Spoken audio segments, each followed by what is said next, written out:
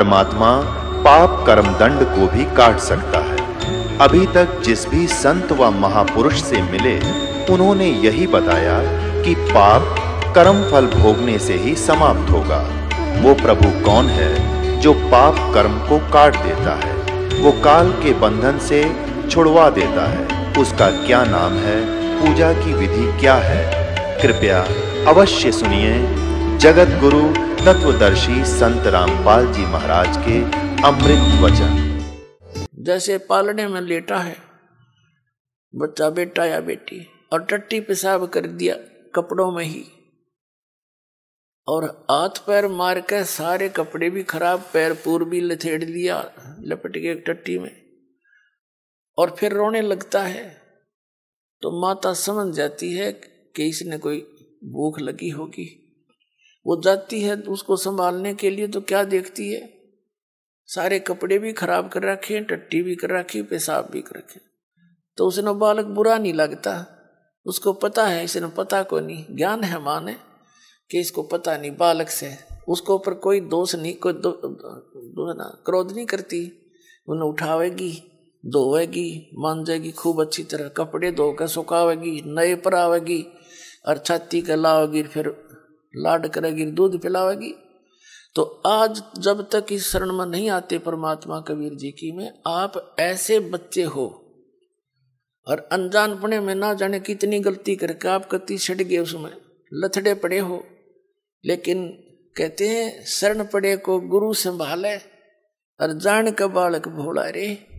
कहे कबीर तुम चरण चित राखो, जो सुई में डोरा रे। आपका इतना काम है।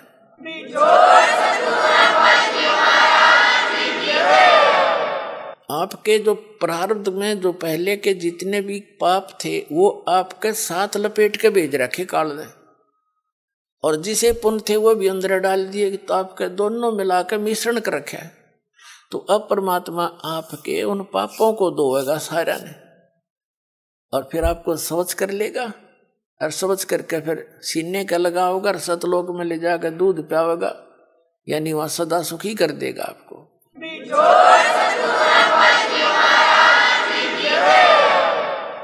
शरण पड़े को गुरु संभाल, जान के बालक भोरा रे। कहे कबीर तुम चरण चित राखो। फिर आपका कर्तव्य बताया है कबीर साहब ने, आप भी अपने गुरु जी से ऐसा अभेद संबंध कर लो, मन में दोष नहीं आवे। जिस दिन आपके गुरु जी के प्रति कोई विकार आता है, यानी कोई कमजोरी झांकते हो गुरुदेव के अंदर, तो उस दिन आपका नाम खंडित हो जाता है। और काल यही चाहता है कि ये एक बार संत से इसका कनेक्शन कट जा, फिर यो कितने धक्के खाए जाइयो, कहीं तेरा लंबा चौड़ा का क्षेत्र है इसका, तो फिर इसको यही उलझा कर मार देता है। तो परमात्मा कहते हैं द्वार धनी के पड़ा रहे, धक्के धनी के खावे, 100 काल जगजोल ही पर द्वार छोड़ नहीं जावे। एक ये फाइनल फार्मूला है इस भक्ति मार्ग में। इस परमात्मा कबीर जी के धनी के द्वार पर पड़ा रहे और इसी के धक्के खावे, 100 काल जगजोल ही, कितना ही काल आपको झटके देता दिखे, पर परमात्मा से दूर नहीं होना, यह बहुत बड़ी भूल हो जाएगी आपकी। अगर जैसे हम अज्ञानता में, यानी बगैर अध्यात्म ज्ञान के कई बार बहुत कमजोर सोच बना लेते हैं, और हम भूल जाते हैं कि हमने युगों युगों से पापों की गठड़ी बांध रखी है। और उसके लिए परमात्मा कहते हैं धीरे धीरे रे मना, धीरे सब कुछ हो, माली सींचे 100 घड़ा तो समय आए फल हो। आप जी ने भक्ति का बीज ईब बोया है युग, कितने युगों के बाद। अभी तक आपकी पिछले संस्कार ही चल रहे थे, और कहीं थोड़े बहुत पुण्य कर दिए, कि दाने डाल दिए, कोई छोटे मोटे पुण्य, वो स्वर्ग में बर्बाद कराए आप। पुणात्माओं, ये भक्ति युग है। अब ये चौथा युग का बीच का समय है। इसमें अब करोड़ों की, कई करोड़, यानी पूरे विश्व में ये भक्ति पर लगेंगे प्राणी, अरबों खरबों की संख्या में। और जो पार होगे वो तो होगे, और रह भी बतेरे जाएंगे। तो वो जो रह जाएंगे ना उनकी दुर्गति घनी होगी, क्योंकि ये कमाई तो इतनी गजब की बनेगी आपकी, पहले मंत्र से बहुत गजब की कमाई बन जाती है, जबरदस्त भक्ति धन संग्रह होता है आपका। और फिर उनके अगर आप पार नहीं हुए तो क्या करेगा आपके साथ में? जैसे आपकी भक्ति धन इन ऊपर के लोकों में आपको इनका प्रतिफल मिलेगा, जब सतलोक नहीं जान पाए तो फिर ऐसे बनेगी आपके साथ। इस मूल कमल में गणेश जी का जाप है, आपको दिया जाता है, इसका भक्ति धन आपका इकट्ठा हो रहा है और पार हुए नहीं तो आगे छड़ी यही रहेगी आपकी। फिर ये लुटेरे आपको टर्न बाई टर्न लूटेंगे। आप गणेश जी के लोक में जाओगे, वहां गण बना देंगे आपको, आपकी पूंजी होगी, रेस्टोरेंट तैयार है, उसका कमीशन है इन देवताओं का। जैसे होटल के मालिक होते हैं उनका कमीशन होता है वो अलग से, यानी उसमें अपना नारा चार्ज लगाते हैं उस बिल में। तो आप कहीं किसी में 10% आपकी कमाई से, किसी में 15%, किसी में 20-25% ये अपना लेते हैं, तब अपना गुजारा चला रहे हैं। ये कंगाल लोग है 21 ब्रह्मांड तक का उस सतलोक की दृष्टि में। और आप भक्ति के धनी लोग वहां जाते हैं, जैसे यहाँ कुल्लू मनाली में जाते हैं गर्मियों में सेठ लोग, और 10-20 हजार रुपये खराब करके उल्टे फिर आ जाते हैं मुंह लटका के कर्म क्षेत्र में। तो आप इस मूल कमल के मंत्र का जाप जो आपको दिया जाता है गणेश जी के लोक में, वहां ठाठ करोगे, यहाँ के नकली ठाठ। जब वहां आपकी ये पूंजी समाप्त हो जाएगी उसके बाद आपको भेजेंगे ब्रह्मा जी के लोक में, क्योंकि उसका भी जाप आपने कर रखा है। वहां जब आपकी धन खत्म हो जाएगा फिर जाओगे विष्णु जी के लोक में, क्योंकि उनका भी आपने धन इकट्ठा कर रखा है, फिर उसके रेस्टोरेंट में वहां रहोगे। उसके बाद फिर जाओगे आप श्री शिव जी के लोक में, उसकी भी कमाई करते हो, मंत्र जाप करते हो। फिर जाओगे दुर्गा जी के लोक में, और वहां भी जब समाप्त हो जाएंगे फिर आपके 2 मंत्र का जाप और रह गया, ये 2 अक्षर का सतनाम का जाप। तो उससे जाओगे आप फिर ब्रह्मलोक में, इस काल के निज लोक के अंदर। वहां कोई हजारों युगों तक आप उस ब्रह्मलोक में रहोगे। वहां इस ओम के धन को खत्म करके फिर वापस आओगे, और फिर इस सतनाम के अंदर जो दूसरा मंत्र है, इसने काल ने उस ब्रह्मलोक में जीव को धोखा देने के लिए नकली सतलोक, नकली अलखलोक, नकली अगमलोक और नकली अकैलोक बना रखे। तो उस पूंजी को फिर ये आपकी वहां बर्बाद कराओगा। फिर रह गया आपका जिसको सार नाम प्राप्त हो गया है और वो पार नहीं हुआ। जरूरी नहीं कि सार नाम मिलते ही पार हो जाओगे, ये तो परमात्मा ने कहा है राम नाम रटते रहो, राम नाम रटते रहो जब तक घट में प्राणे, भाई कभू तो दीन दयाल के भनक पड़ेगी कान। परमात्मा कबीर जी कहते हैं पाकी खेती देख के गर्भियो मत किसान, अब हूँ झोले बहुत हैं, घर आले तब जाने। कहते हैं या पाकी खेती देख के खेत में अभिमान ना करना किसान, अभी तक बहुत झाड़ या आंधी वर्षा ओले आंधी तूफान शेष है, ना जाने के बिजली पड़ जा, तेरे घर आले जब मानिए तेरे धन तेरे घर आ गया। इसलिए बताते हैं कि ये ना समझना सार नाम मिल गया तुम पारे होगे। सार नाम की कमाई और मर्यादा में अंतिम श्वास तक करते हुए, और एक विशेष कसक बनाओ सतलोक में जान की, तब वहां जाओगे जहाँ आशा तांबासा हुई, मन कर्म वचन सुमरियो सोई। अब जो सारनाम जिसको प्राप्त हो गया, वो सारनाम प्राप्त प्राणी को एक विशेष बेनिफिट मिलेगा। उसको फिर जैसे आप जितने भी प्राणी यहाँ आए हो जो सीधे आ रहे हैं, जिनको परमात्मा 600 वर्ष पहले दोबारा आकर मिले थे, और उनको पुनः फिर भक्ति से चार्ज कर गए थे कुछ, ताकि यहां तक आपके मनुष्य जीवन होते हुए आ गए, एक विशेष बेनिफिट मिलेगा, उस व्यक्ति के, उस आत्मा के साथ परमात्मा सदा रहेगा। लेकिन पार तो होगा इसी समय में। जैसे अब आप ये है वो स्वर्ण युग, ये स्वर्ण युग है इस मोक्ष का, तो पार तो होगा इस समय वो, लेकिन परमात्मा उसके साथ रहेगा। और फिर भी उसका दुर्भाग्य ही है, क्योंकि मोक्ष हुआ नहीं था, फिर नौके नडले फिर ढोने लग गया। लेकिन दाता साथ रहेगा। जैसे हम पहले देखा करते थे, कई ऐसी दुर्घटनाएं हमारे साथ हुई और सेकंड के भी कुछ हिस्से में बचाव बन गया है, और वहां फिर हम सोचते रह जाते थे भगवान बड़ी जान बची। और ये हम जिन भगवानों की भक्ति करते थे इनको क्रेडिट देते थे, इनका वहां कोई रोल नहीं रहता, वो तो समर्थ एक ही है। जो बच्चा गौ की नजर में न्यू साई को संत, और भक्तों के पीछे फिर वो भगत वत्सल भगवंत। तो कहने का भाव ये है कि जो अब पार हो गए तो धन्य भाग है उनके, और जो रह गए इस भक्ति युग में, ये हजारों वर्ष चलेगा ये भक्ति मार्ग। ज्ञान एक रह जाएगा, समाधान भक्ति एक ही रह जाएगी। पूरे विश्व में एक रस हो जाएंगे तो भक्ति बहुत आसानी से बनेगी सबकी। फिर अब तो एक भक्त ने ये ज्ञान जाना है, समझा है, घर में विरोध शुरू हो जाता है, घर वाले आंख दिखाने लग जाए, नो के तू के पैदा हो गया, तूने हमारी सारी मर्यादा तोड़ दी, तो कुछ भी पूजा नहीं करता, इन और साधनाएं कुछ भी नहीं करता।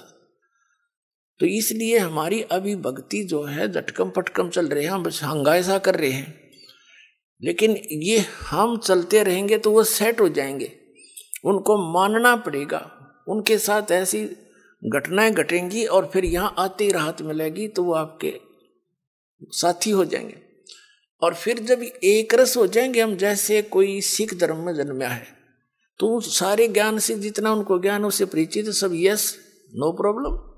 जैसे हिंदू धर्म में जन्मा है, जो कुछ भी उसके ज्ञान है, जो क्रियाएं सब कर रहे हैं, नो प्रॉब्लम। तो फिर ये सारा कुछ ज्ञान एक हो जाएगा, एक मर्यादा, एक साधना, एक ही परंपरा हो जाएगी, फिर नो प्रॉब्लम। फिर तक जितने सांस लोगे परमात्मा की तरफ ही होंगे। बहुत आसान मोक्ष है, सबसे आसान काम यहाँ से मुक्ति पाना है, जो आज तक पहाड़ बन रहा था। इस सीधे से इस मंत्रों से काम करते करते भक्ति करो, प्यार से रहो, सबको दुखी जानो, यहाँ सभी दुखी हैं, यहाँ सब लावारिस हैं, ये समझ लेना आप। लेकिन कद समझ में आओगी वो थोड़ा टाइम लगेगा। हम सब लावारिस हैं, हमारा वारिस सतलोक में है, और हम अपनी गलती करके इस काल का फंस गए। ये तो विलियन है, हर तरह से धोखा देकर हमसे सब क्रियाएं बाई फोर्स करवा रहा है। किसी भी कार्य को देख लो आप, संतानों उत्पत्ति बाई फोर्स कराता है, इतनी वासना पैदा कर देता, बलात्कारों तक कर जाते हैं दुष्ट लोग। तो कोई बात है या? और इसी कोई भी कार्य आप देख लो, सारा विवश करके करवाया जा रहा है, ये नहीं करोगे तो ऐसा नहीं होगा, ऐसा नहीं करोगे तो ऐसा नहीं होगा। और वो सतलोक है जहाँ पर आप जिस सुख की यहाँ खोज कर रहे हो वहाँ मिलेगा। जैसे यहाँ हमने कहाँ तक कोशिश कर ली, रिमोट लगा लिए टीवी चलाने के, अंगूठा नहीं, काम ना करना पड़े, मौज करें। लेकिन क्या एक रिमोट से काम खत्म हो गया? तो ये हमारी चेष्टा है कि हम काम थोड़ा करें, सुख गणा हो, धन गणा मिले, सुविधा सारी हो, और काम करना नहीं हो। हम बच्चों को इसलिए पढ़ाते हैं अच्छे अफसर बन जावे हैं, काम थोड़ा और धन गणा, और आराम से रहेंगे। आराम रूम तो उसने है नहीं, मुझे पता है कितना आराम है नौकरी वाले ने, सारा दिन टेंशन में रहता है वो, जितना बड़ा अधिकारी बनता चला जाता। पर हम तो गधे हो गए, इन दुखों ने सहन करने के आदि बन गए, सहन मस्ती मान रहे हैं। झूठे सुख को सुख है ये मान रहा मनमोद, ये सकल से बिना काल का कुछ मुख में कुछ गोद। तो कहने का भाव ये है कि जो सतलोक में सुख है, हम उसकी तलाश यहाँ कर रहे हैं। ये सुख साख तो किसी को है नहीं। तो प्रसंग चल रहा था, हम वहीं आते हैं कि परमात्मा हमारे लिए भटक रहे हैं। अच्छा, फिर हम क्या होगा? जैसे अब क्या बताते हैं कि इस ज्ञान के आधार से यहाँ कोई रह भी जागा, रह तो जाएंगे कुछ लास्ट से में, तो फिर क्या होगा? परमात्मा कहते हैं अभी जैसे इस भक्ति युग के दौरान और कोई नाम टूट गया किसी कारण से, उसने गलती कर दी, देखो दो प्रकार से विमुख होते हैं। एक तो गुरुद्रोही बन जाता है, उसको तो भगवान संभालता नहीं, उसको तो कई हजार युगों तक मनुष्य जीवन नहीं मिलेगा फिर। और जो वैसे गलती से कर जाता है, गफलत कर जाता है, भक्ति करता करता छोड़ दिया, तो उसने अपना काम बढ़ा लिया, फिर वो जाएगा जैसे आपको बताया पहले गणेश जी के लोक में, वहां अपने जीवन पूंजी नाश करेगा भक्ति की, फिर जाएगा ब्रह्मा जी के लोक में, फिर विष्णु जी के लोक में, फिर शिव जी के लोक। तो यहां परमात्मा ने एक ऑप्शन और बताई है आपको, कहते हैं शिव मंडल ब्रह्मापुरी चाहे विष्णु लोक में हो, हमरे गुण भूले नहीं तो आन छुटाऊं तो। कितना कितना रहम किया आपके ऊपर। कहते हैं यदि तू गलती से और बीच में गफलत कर गया, फिर पहुंच गया विष्णु लोक में, शिव के लोक में, कहते वहां तेरा फिर याद आ जा कि मैं तो गलत आ गया, ये तो पहले बताया करते गुरुजी, या तो मेरी पूंजी नाश होएगी, मेरा तो काम बिगड़ गया सारा। कहते वहां भी जो हृदय तो रोएगा ना तू, तुझे वहां से भी छुटवा लाऊंगा और पुनः मनुष्य जन्म दिवा के तुझे फिर से लाइन में ला दूंगा। इतने दयालु हम जी छो।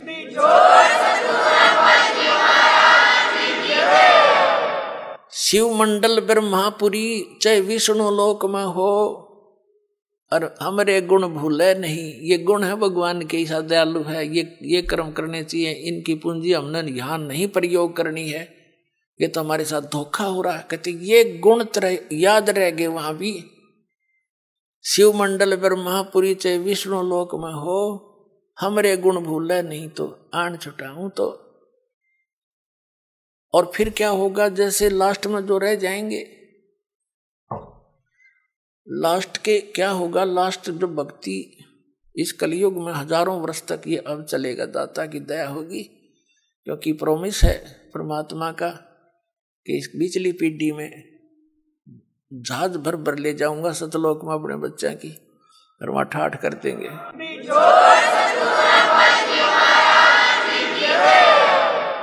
और पिछले लास्ट वाले फिर धीरे धीरे धीरे धीरे भक्ति कम होती चली जाएगी, गफलत में आते चले जाएंगे, सुख घना होगा, क्योंकि यहाँ पर सतयुग जैसा माहौल एक बार फिर बनेगा। और यूं सुख भी इस जीव का दुश्मन है। कबीर साहब कहते हैं कि सुख के माथे पत्थर पड़ो, जिसते नाम हृदय ते जावे, और बलिहारी व दुख के जो पल पल नाम रटावे। कबीर साहब कहते हैं, हमें उदाहरण देते हैं कि इस यहाँ के नकली सुख में अंधे ना होना।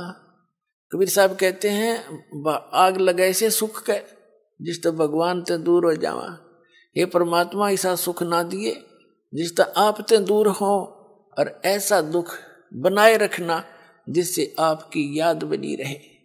बलिहारी व दुख के जो पल पल नाम रटावे। तो इस प्रकार परमात्मा हमें अपने उदाहरण दे देकर समझाते हैं कि यहाँ क्या सुख की ज्यादा डिमांड करने की आवश्यकता नहीं है। जब सुख घना हो जाता है, ये जीव परमात्मा से दूर अवश्य होता है। आप देख लो कितना बड़ा सेठ हो, ठीक है, कभी महीने 6 महीना में तो माथा टेक आया, 10,000 रुपये दे आया, बस इतनी सी रह जाती है इनकी। ऐसे मंत्री हैं, मुख्यमंत्री हैं, प्रधानमंत्री हैं, इन मास्ता से है भगवान की पर भक्ति नहीं कर सकते ये। ठीक है कि माथा टेका हुए हैं फॉर्मेलिटी सी, क्योंकि जीव है भगवान के लिए तो रह ही नहीं सकता। तो वो भगवान अगर इस मार्ग पर उनको लगाना चाहो, आज नेड़े भी ना हो, उन्हें तो बकवाद चाहिए, अच्छी बढ़िया बढ़िया कोठी, लंबी कार, सामने घूटी छुट्टी, कलबा में बकवाद करनी, तो ये छोड़नी पड़े, तो वो छोड़ नहीं सकेंगे। वो जब छोड़ देंगे जब गधे बन लेंगे फिर को मार छुटवा होगा उनकी सारी।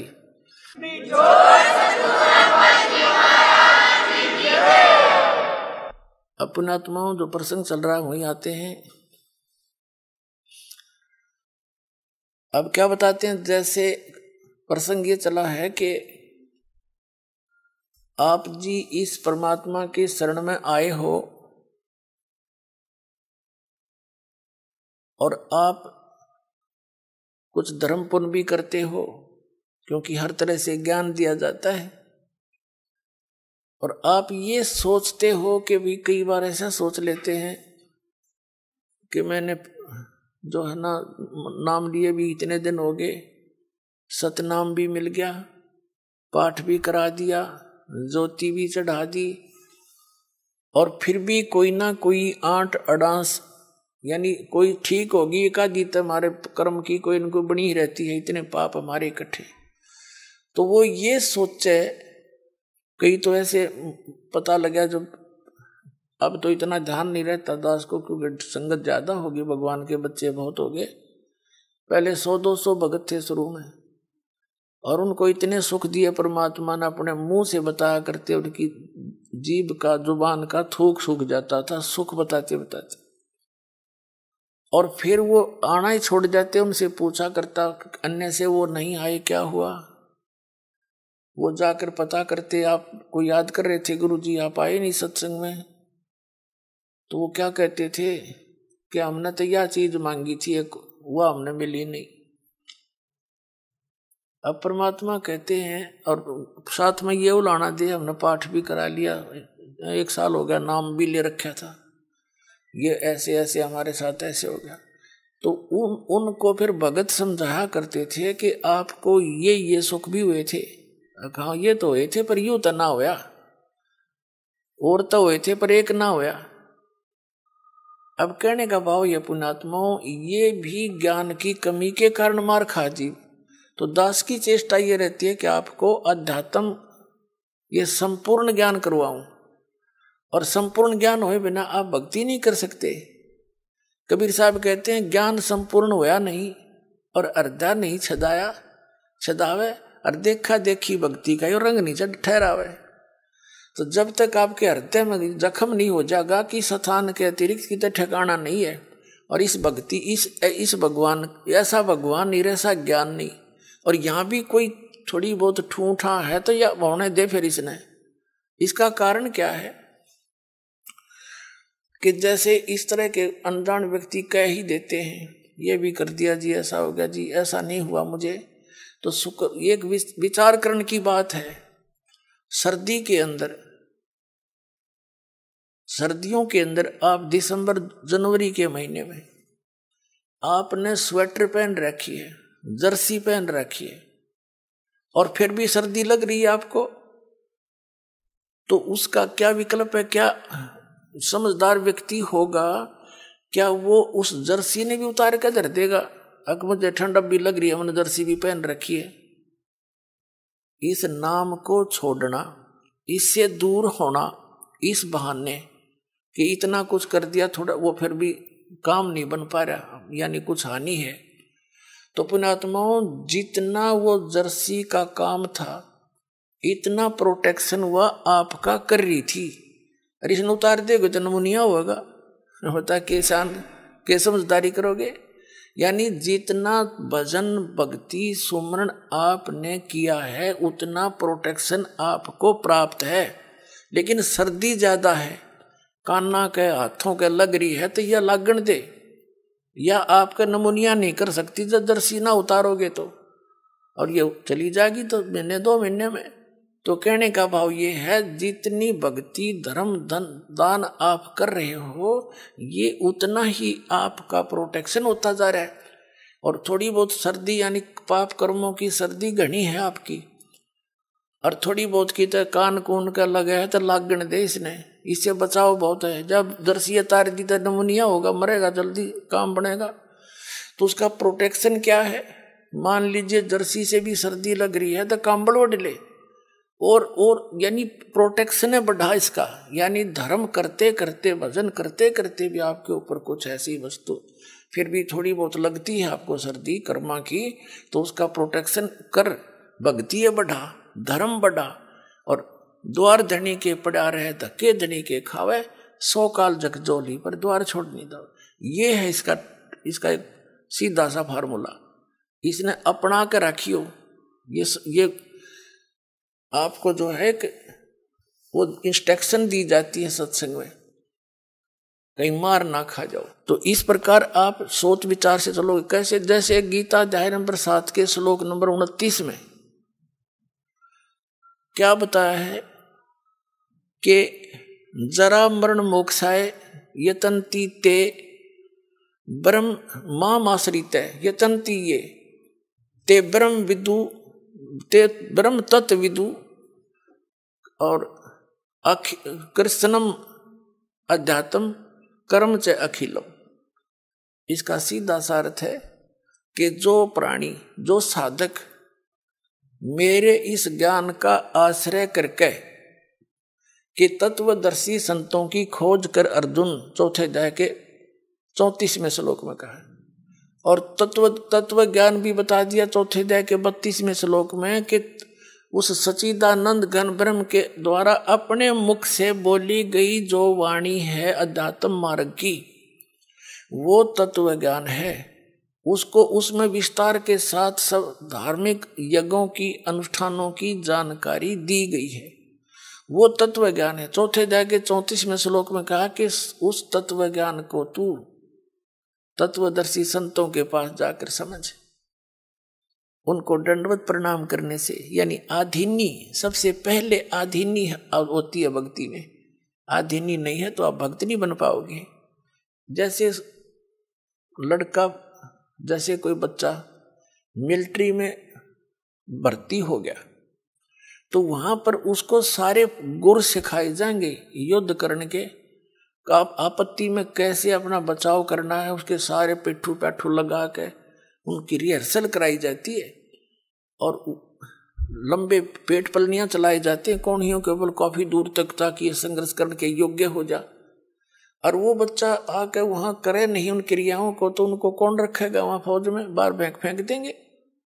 तो यहाँ आप आए हो, हमने काल के साथ युद्ध करना है, यानी इस अज्ञान के साथ भी और काल के साथ भी। उससे बचने के लिए ये हमारे फॉर्मूले, दंडवत प्रणाम करे, आदीनी रहे, बुराई छोड़ दे। तो इन नैना नहीं करेगा तो फिर वो फौजी किसा, फिर वो भगत कैसा? तो आप जी को यहाँ रिहर्सल कराई जाती है। जब आप सतलोक जाओगे ना, यह काम आओगे आपके। अब आज जैसा भाव आपका इस दास के प्रति है, आपके शरीर छोड़ने के बाद भी वैसा ही रहेगा। स्वभाव तो अंतः सूक्ष्म शरीर में होता है। ये ऊपर का कवर कांचली यहीं रह जाएगी, जैसे सर्प कांचली छोड़ जाता है, ये तो ऐसी छोड़ जाओगे आप। अंदर है ओरिजिनल वस्तु, वो शरीर भी और है। उस शरीर को, जो इसके अंदर शरीर है, इस भक्ति से उसको चार्ज किया जाता है और फिर वो है आपका असली शरीर। कब तक? जब तक सतलोक नहीं जाओगे तो वो शरीर है आपका, वो काम देगा, उसमें भक्ति संग्रहित है। फिर जहाँ जहाँ हम जाते जाएंगे उसी स्तर के उस शरीर में, जैसे इस पहले द्वार को हम 10वें द्वार को पार करेंगे तो उसके बाद हमारा दूसरा शरीर ऊपर क्या एक कवर और उतर जाएगा। उसके बाद हम 11वें द्वार को पार करेंगे काल के लोक में, तो वहाँ एक शरीर का एक आवरण और उतर जाएगा। उस नीचे वाले में दूसरे मंत्र की चार्जिंग रहेगी।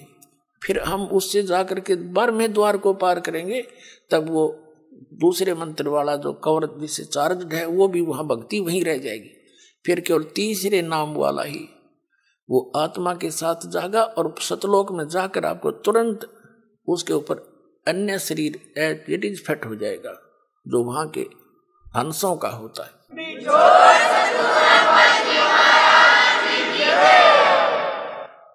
तो यहाँ क्या बताया है? परमात्मा पाने के लिए हमने फार्मूले जो गुरु बता रखे हैं भगवान ने, उनको अपना के चलना पड़ेगा। तो क्या बताते हैं कि कहे कबीर तुम चरण चित राखो जो सुई में डोरा रे। तो गुरु जी के प्रति आपकी धारणा ऐसे अभेद अटूट हो जानी चाहिए, आपकी श्रद्धा। तो प्रसंग चल रहा है कि सबसे पहले उसने बताया कि आधीनी से उनसे प्रसन्न करना तत्वदर्शी संतों से। फिर वो तत्वदर्शी संत तुझे वो तत्व ज्ञान बताएंगे। फिर 7वें अध्याय के 29वें श्लोक में हम फिर आते हैं। इसमें कहा कि माम आश्रित है, मेरे पर आश्रित होकर इस ज्ञान जो मैं बता रहा हूं इसने कोई शिरोधार्य कर ले, ऐसी प्रयत्न करके उस तत्वदर्शी संत को खोज लेता है।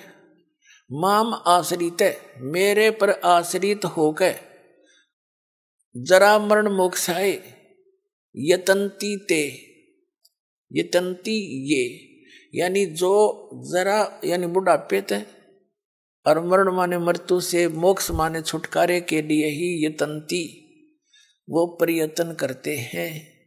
तो वो कौन है? ते ब्रह्म तत्विदु, वे उस तत्व ब्रह्म को जान चुके हैं और कृत्स्नम अध्यात्म, पूरे अध्यात्म ज्ञान से परिचित है। कर्म च अखिलम, और सब कर्मों से परिचित है। क्या बताते हैं? सूक्ष्म वेद में भी कहा कि तुमने उस दरगाह का मैल न देखा, धर्मराज के तिल तिल का लेखा। तुमने उस दरगाह का महल नहीं देखा, तुमने उस धर्मराज के उस न्यायाधीश के दरबार का पता नहीं। वहां पर एक एक श्वास का भी लेखा है, तिल का भी हिसाब न्यारा न्यारा मिलेगा। आपने सोच भी गंदी रखी है ना, वह भी लिखी पाओगी वहां पर। और आपने सोच भी किसी का भला सोचा भी है, कर नहीं पाए, वो भी आपका गुड अकाउंट में पाओगा। क्या बताते हैं? चिट्टी पायल बाजे पैर और साहेब सुनता है सब लहर। जैसे चिट्टी के कीड़ी के कोई घुंघरू बना के बांध है, पहले तो घुंघरू के बनेगा, वह पायल बनेगी किसी बाल से भी पतली। और कहते हैं उसका भी यदि थोड़ा सा शोर हो गया, यदि पहले तो उससे शोर हो ही नहीं सकता। कहने का भाव है कि अगर उसकी भी चाहे पायल का खुड़का, चिट्टी के पैर की पायल भी थोड़ी बहुत खुड़का करेगी ना, साहिब सुनता है सब लहर। कहने का भाव ये है, आपकी सूक्ष्म से सूक्ष्म भी सोच को वो परमात्मा खूब सुनता है। तो कहते हैं तुमने धर्मराज का, तुमने उस दरगाह का मैल नहीं देखा, धर्मराज के तिल तिल का लिखा। आपको सत्संग में बताया जाता है कभी अपनी नियत की श्री के दूसरे के धन पे या पराई स्त्री पे भूल कर सपने में भी नहीं करना। अपने मन को हमने परमात्मा के रंग में रंगना है। और यहाँ से चलते समय फिर यही बकवाद बहाऊंगी। जैसे त्रिकुटी पर गए, वहाँ तो काल का भयंकर जाल है, वहाँ डांस हो रहे हैं, बड़ी बड़ी स्टेज लगा कर सुंदर सुंदर लड़कियां नाच रही हैं। और आपकी जैसी वृत्ति यहाँ होगी, उड़े जा खड़े हो गए नौकर का था ने, इतने वो परमात्मा जालेंगे काल गोदी पकड़ के, अरे ठोक देगा उड़े, फिर ठाक स्वर्ग में अंडे जी धक्के खांदे। ये कर्मता संग जन्म हो गया हमने करता ने। तो ये जैसा स्वभाव आप यहाँ बनाओगे ये आपके आगे काम आओगा। तो क्या बताते हैं? तो यहाँ बताया है कि जो वही व्यक्ति पार होगा जो पूरे अध्यात्म मार्ग से परिचित और तत्ब्रह्म से परिचित। गीता अध्याय नंबर 8 के श्लोक नंबर 1 में अर्जुन ने प्रश्न किया कि किम तत्ब्रह्म, किम अध्यात्म और किम कर्म पुरुषोत्तम। वो तत्ब्रह्म क्या है, जो अध्यात्म मार्ग क्या है, अध्यात्म तो उसने बता दिया, तत्वदर्शी संतों के पास जाके समझ ले, वो बताएंगे। और तत्ब्रह्म के बारे में 8वें अध्याय के 3 श्लोक में श्रीमद् भगवद गीता में कह रहा है गीता ज्ञानदाता कि वो परम अक्षर ब्रह्म है। इससे ये सिद्ध हो गया कि गीता ज्ञानदाता से अन्य है वो परम अक्षर ब्रह्म। और ये है वो तत्वदर्शी संत जो आपको कृत्स्नम अध्यात्म बतावेगा, यानी पूरा।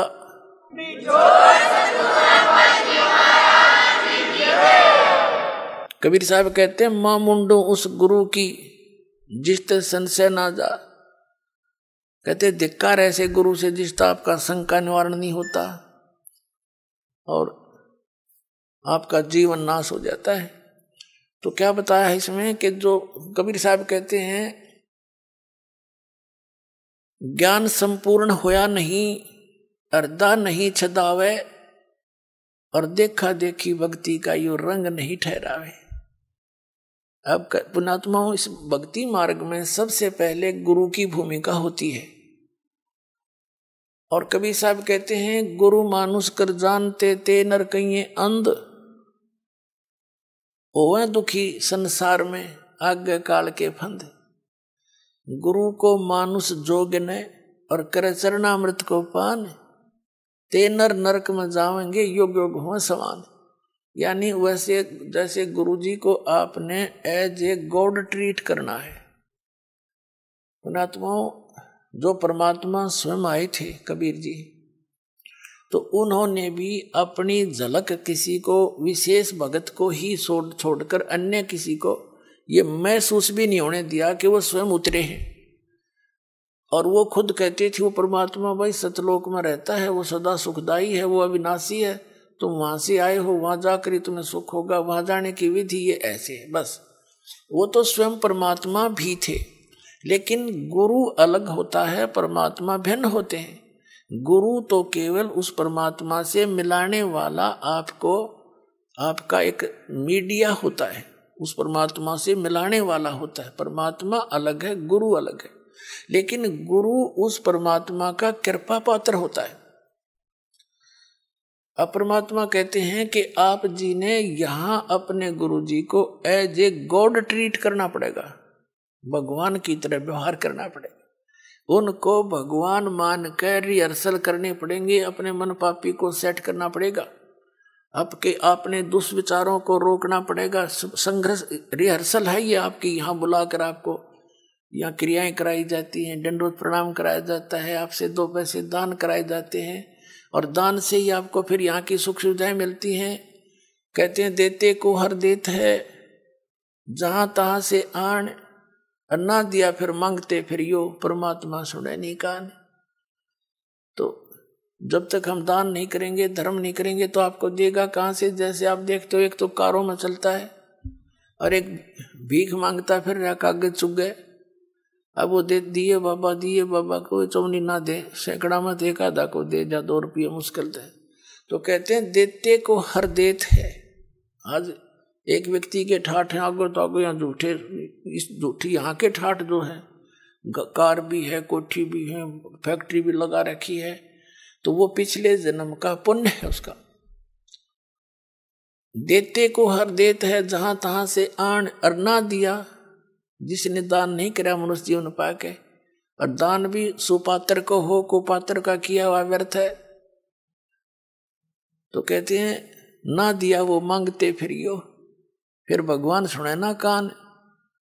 वो तो अब है आपका समय, जो दान आपने जो कर्म बनाने हैं, तो अब ये समय भी अब मिला आपको, जो पूर्ण संत भी ईब मिला। यहाँ किया हुआ आपका प्रत्येक अध्यात्म प्रयत्न 100% सफल होगा, क्योंकि पूर्ण गुरु और पूर्ण ज्ञान और पूर्ण भगवान। कहते हैं गुरु बिन माला फेरते, गुरु बिन देते दान, गुरु बिन दोनों निष्फल है, चाहे पूछो वेद पुराण। और गुरु पृथ्वी पर कोई है नहीं इस दास के अतिरिक्त। आपका जच्चो चाहे मत जच्चो,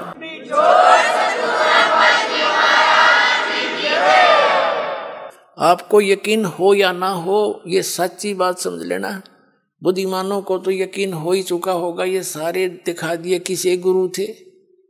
जिसको अध्यात्म ज्ञान नहीं वो टीचर किसा, जिसको अपने सिलेबस का ज्ञान नहीं वो अध्यापक कहाँ का। तो ये गुरु नहीं थे। इनके द्वारा इनको आधार मान के की हुए आध्यात्मिक क्रियाएं आपकी यूजलेस, क्योंकि वो शास्त्र विधि को त्याग कर मनमाना आचरण।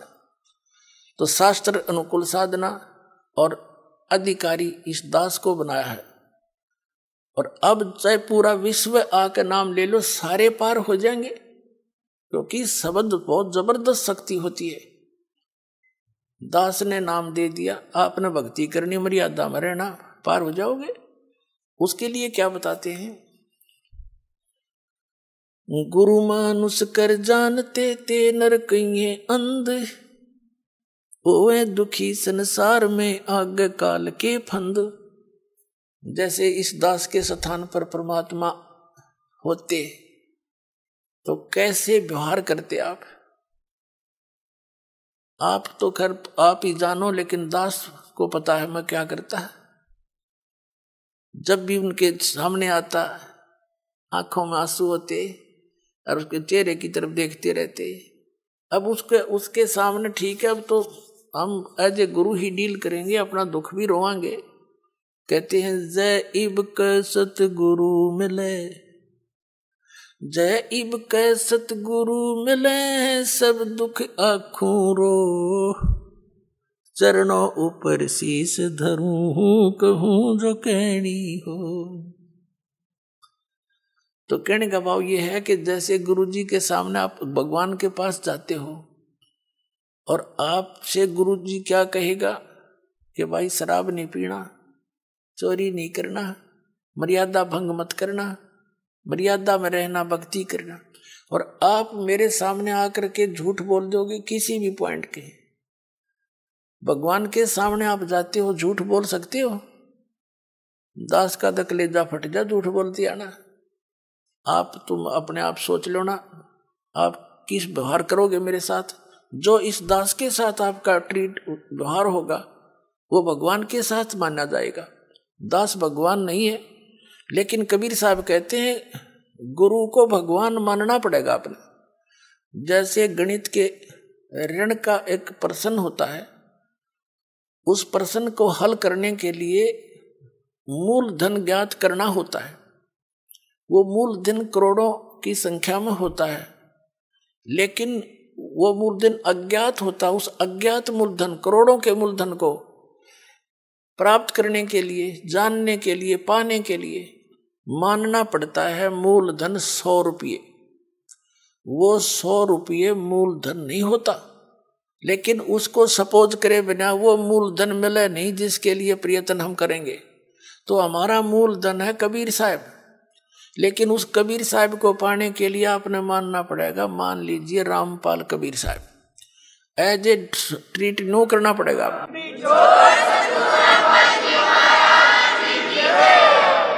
और ऐसे सपोज करे बिना आप पा नहीं सकते उसको। ये नियम है, फार्मूला है। और जो स्टूडेंट फार्मूला वही लगा कर चलेगा तो उस प्रश्न को हल कर लेगा, ना तो फेल हो ही तुम। तो हमने फेल नहीं होना। जब इस परमात्मा की स्कूल में आए हो, विद्यालय में, तो सारे फार्मूले लाओ। जब वह सफल हो गए तुम, तो कहते हैं मान लीजिए गुरु जी भगवान है, और भगवान के पास फिर गुरु सम्मुख ले झूठ संजोई, निश्चय नरक पड़े से सोई। वेद पुराण कहे सब साखी, साखी शब्द सब यूं बाकी, मानुष जन्म पाके खोए, और सतगुरु विमुखा युग युग रोए। गुरु सम्मुख ले झूठ संजोई, गुरु खा के झूठ बोले, निश्चय नरक पड़े से सोई। तो परमात्मा कहते हैं गुरु मानुष कर जानते ते नरकइये अंध, ओए दुखी संसार में फिर आग गए यम के फंद। अब क्या होगा पुण्यात्माओं? जैसे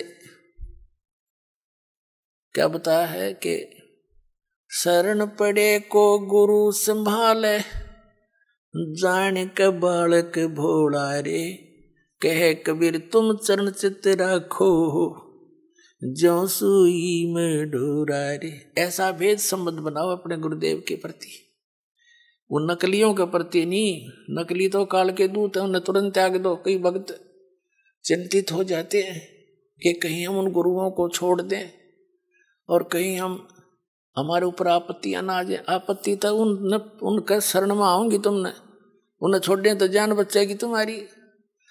कबीर साहब गरीबदास जी कहते हैं झूठे गुरु का लीतर लावे और गरते काट घसीटे, इनके पीटे पाप नहीं है, इन निश्चय पीटे।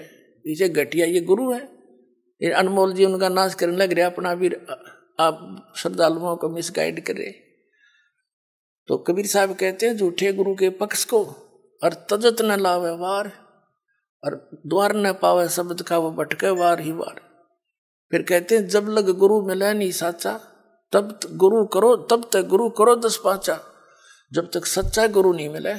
आइए अब हम उन श्रद्धालुओं के अनुभव जानते हैं जो जगत गुरु तत्वदर्शी संत रामपाल जी महाराज जी से दीक्षा प्राप्त कर चुके हैं तथा उनके द्वारा बताए गए भक्ति मार्ग पर चल रहे हैं। नमस्कार सर। नमस्कार सर।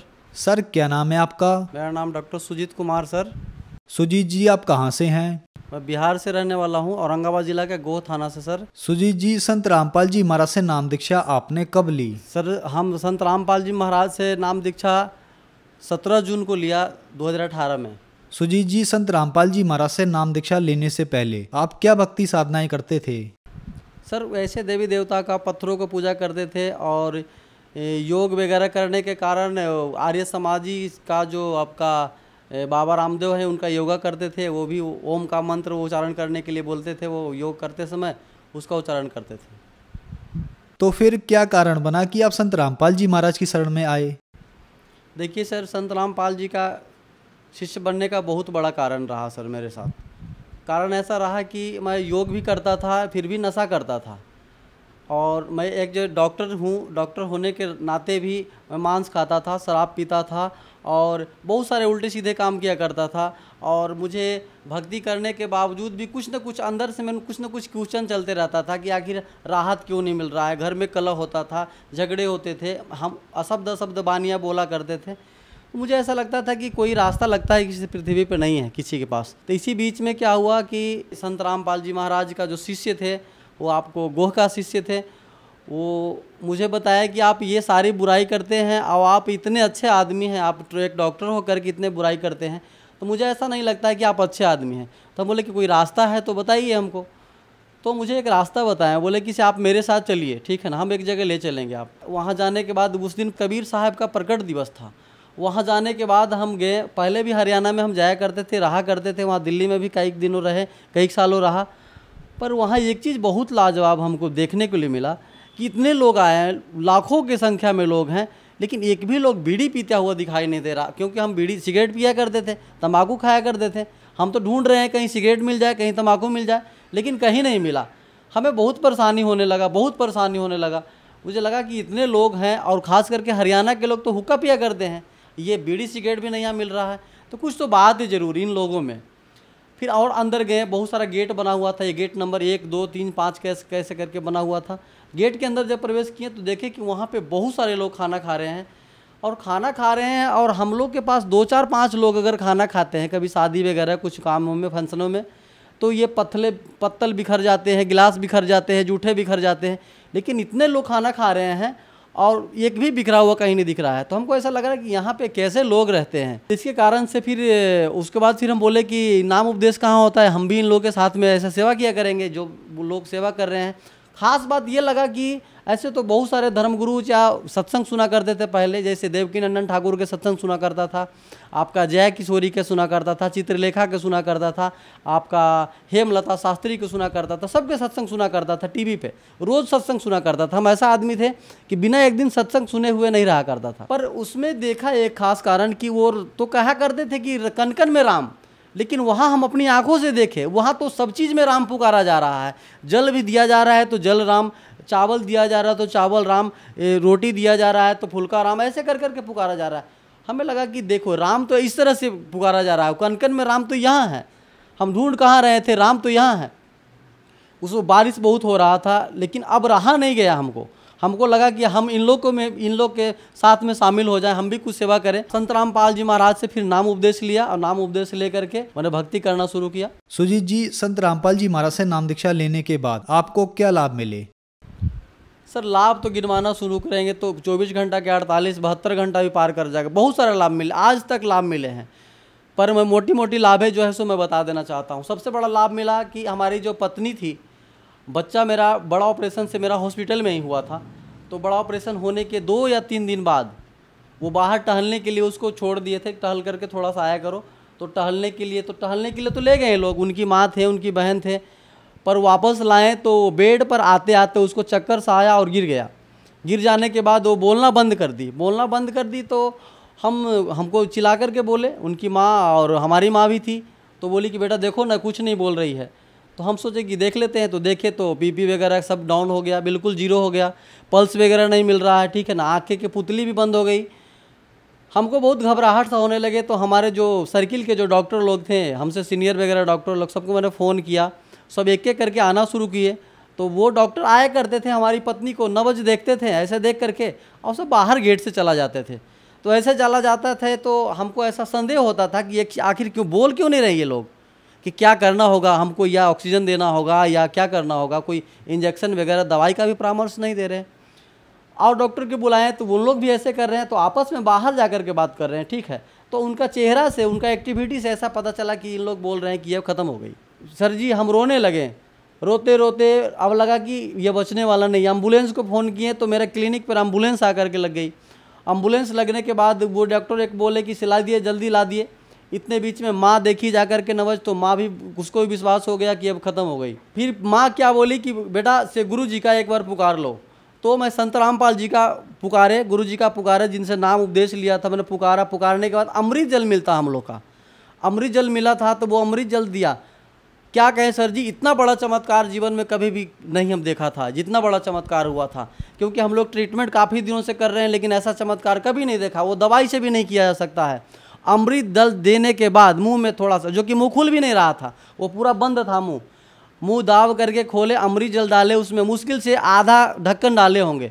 डालने संत रामपाल जी महाराज का जो चरणामृत था, अमृत था, अमृत जल उसको बोलते हैं, वो डालने के बाद क्या कहें सर जी, मतलब 1 मिनट भी नहीं हुआ ना, अब आंखें खोल दी। और खोलने के बाद वो पूछने लगी कि इतना भीड़ क्यों लगा हुआ है, ठीक है। इतना बड़ा चमत्कार मेरे साथ हुआ भगत जी, सर जी, संत रामपाल जी महाराज की बदौलत। अगर संत रामपाल जी महाराज नहीं होते, उनके हम शरण में नहीं होते, तो आज हमारी पत्नी वो नहीं जीवित होती। और दूसरा लाभ मुझे मिला कि हमें बीमारी क्या था, हम इतना हेल्दी दिख रहे हैं ना, आज स्वस्थ जैसे है, पूरे स्वस्थ हैं। कई बार मैंने ब्लड डोनेट किया, पहले रक्तदान किया करते, खूब किए मैंने। लेकिन उससे पहले जब संत रामपाल जी के शरण में नहीं थे ना, उसके पहले क्या कहूँ, रक्त देना तो दूर की बात है, चक्कर आना और पीढ़ी चढ़ना, पैर हाथ खींचना, और मुझे हमेशा ब्लड की कमी रहा करता था। मेरे सर में दर्द रहता था, चिड़चिड़ा रहता था, थोड़ा सा भी कुछ बोल दिया तो उल्टा सीधा बोल दिया करते थे, एकदम पतले पतले सा रहते थे, मतलब बीमार जैसा दिखते थे। लेकिन जब से परमात्मा की शरण में, संत रामपाल जी महाराज के शरण में आया, तब से वो सारी बुराई छूट गई। और वो मैंने जो भी दाल रोटी खाना शुरू किया, सदा आज मैं पहले से ज़्यादा स्वस्थ हूँ। और मेरा बीमारी जो था, उस सर में दर्द था, थोड़ा सा किताब वगैरह पढ़ता था तो वो मेरा सर में दर्द हो जाता था। तो इसका ट्रीटमेंट के लिए मैंने दिल्ली राम मनोहर लोहिया हॉस्पिटल भी गया। वहाँ मेरा एक फूफा जी हैं, वहाँ डॉक्टर हैं, वो बोले कि बेटा यहाँ पे आ जाओ। तो मैंने वहाँ गया, वहाँ 1.5 घंटा 2 घंटा मुझे वो हिस्ट्री लिए, क्या करता था, क्या नहीं करता था, क्या खाता था। इतने करने के बाद मौत 2 दवा दिया था मुझे, 2 दवा दिया था मुझे। ऐसा लगा डॉक्टर को कि बताओ ना, इतना मुझे हिस्ट्री लिया, 2 दवा मात्र दिया, छोटा सा दवा दिया। मुझे विश्वास नहीं हुआ कि मुझे ठीक होगा इस पे, और सही में ठीक नहीं हुआ। लेकिन परमात्मा की शरण में जैसे ही आए संत रामपाल जी महाराज के शरण में, वो बीमारी ऑटोमेटिक बिना दवा के ठीक हो गई।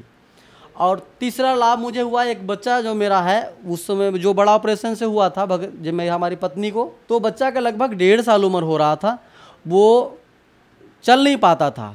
और डॉक्टर बोला था, ऐसे डॉक्टर संदीप कुमार गया में दिखाए थे, तो वो बोला था कि इसको प्लास्टर करेंगे। पैर तो टेढ़ा सा थोड़ा रहा करता था। एक और डॉक्टर के दिखाएं, न्यूरोलॉजिकल डॉक्टर से, तो वो बोले कि इसका ब्रेन से कहीं नस चपा हुआ है, फोलिक एसिड की कमी से इसको राइट ब्रेन जो है ना, उसमें प्रॉब्लम है। तो ये चलेगा पर बहुत दिन लगेगा, ठीक है, और पूरा चलेगा भी नहीं। तो ऐसे फिर मैंने क्या किया कि कुछ दवा वगैरह, आयुर्वेदिक दवा इधर उधर से लिया, कुछ अपने तरीक़ा से दवा दिया उसको, ठीक है, लेकिन फिर भी वो पूरा राहत नहीं हुआ, वो चल नहीं पाता था। चलने के बाद फिर क्या हुआ कि मैं अरदास लगाया परमात्मा से अरदास संत रामपाल जी महाराज से लगाया। लगाने के बाद क्या हुआ, कुछ ही दिनों के बाद देखे कि वो बच्चा मेरा खड़ा होने लगा और वो पैर पे भार देना भी लगा। आज बिल्कुल बच्चा उछलता, आज मेरे पास बच्चा आया हुआ है सर जी। तीसरा लाभ क्या हुआ कि वो बच्चा जब चलना शुरू किया, तो हम एक दिन खाना खा रहे थे, हमारी पत्नी खाना खिला रही थी हमको, बगल में कांच का गिलास रखा हुआ था, मोटा सा गिलास कांच का। वो बच्चा चलते चलते टहलते गया और वो कांच के गिलास पर और गिर जाने के बाद क्या, वो कांच का गिलास टूट गया, बिल्कुल टूट गया। टूट जाने के बाद उसमें नुकीले सा 2-3 ऐसे नुकीला सा निकला हुआ था कांच के गिलास में। तो पहले बार गिरा तो वो टूट गया, जब दूसरा बार गिरा ना, तो वो कांच के गिलास पर ही गिरा। तो ऐसा मुझे लगा कि इसको हम टाका भी नहीं दे सकते हैं, इतना बड़ा इसको चोट लगा हुआ। ऐसा लगा, हमारी पत्नी जो थी वो तो तिलमिला गई, लगती कि बेहोश हो जाएगी, वो ऐसे लगा उसको। पर क्या हुआ कि हम मालिक से अरदास लगाएं, संत रामपाल जी महाराज से अरदास लगाएं, या परमात्मा हमसे कौन सी गलती हो गई, ये बच्चा क्या दोष किया था, इसको ऐसा क्यों हुआ, अब हम कहाँ ले जाएंगे इसको। ऐसा मैंने मन में विचार किया। और विचार करने के बाद उसको ऐसे हाथ लगाया, हाथ लगा करके जब उसको बाहर हम ले गए और उसको क्या बताएं, इतना बड़ा चमत्कार हुआ कि वो हाथ लगा करके जब हटाए हाथ तो देखे कि सिर्फ नुखला सा लगा हुआ था, ऐसे निशान सा लगा हुआ था, मतलब कटा भी नहीं उसको, ऐसे चमत्कार हुआ था। अब मुझे तो लगा ऐसा कि इसको टाका देना पड़ेगा, कहाँ ले जाएंगे, हमको तो घबराहट सा, हम खुद डॉक्टर हैं फिर भी घबराहट सा लग रहा था। लेकिन देखिए परमात्मा का लीला संत रामपाल जी महाराज का कि कुछ नहीं हुआ उसको, बच्चा को आज बच्चा का निशान भी नहीं है। पहले जब संत रामपाल जी महाराज के शरण में नहीं थे उसके पहले हमारी बहुत आर्थिक स्थिति खराब थी, यहाँ तक कि स्थिति ऐसा खराब था कि हमें रहने के लिए और खाने के लिए कभी कभी सोचा करते थे, अच्छे अच्छे चीज़ खाने के लिए तरासा करते थे। मेरे पास उतना आर्थिक स्थिति ठीक नहीं था। पिताजी भी थे, वो भी नशा वगैरह करते थे। हालांकि परमात्मा की शरण में वो भी संत रामपाल जी के महाराज के शरण में आ गए और वो भी ठीक हैं, अभी नशा वगैरह नहीं करते हैं।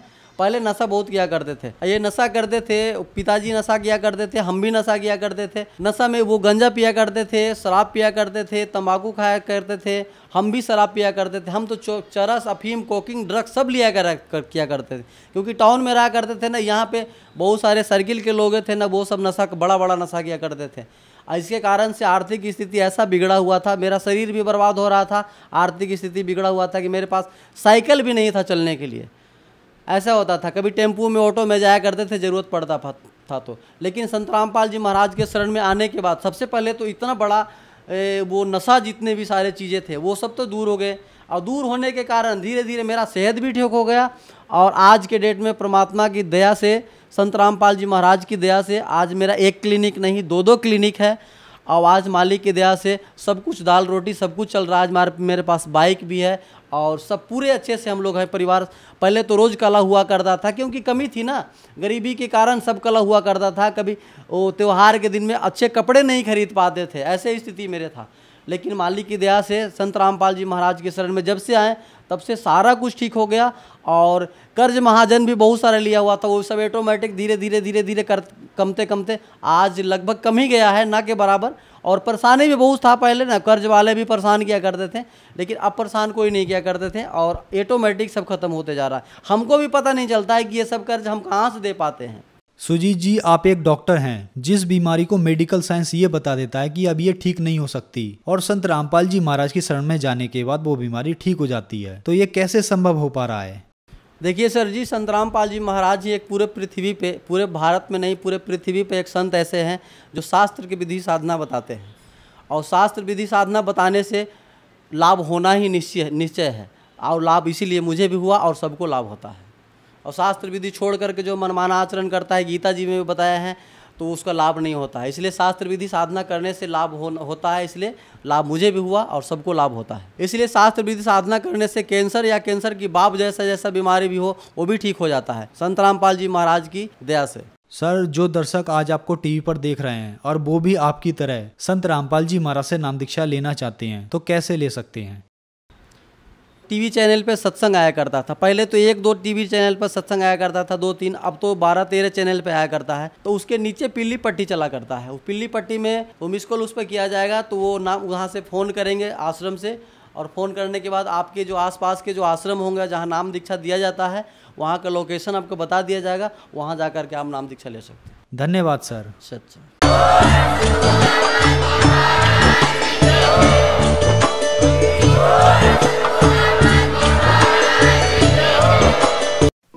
आप सुन रहे थे जगत गुरु तत्वदर्शी संत रामपाल जी महाराज के मंगल प्रवचन। अधिक जानकारी के लिए संपर्क करें।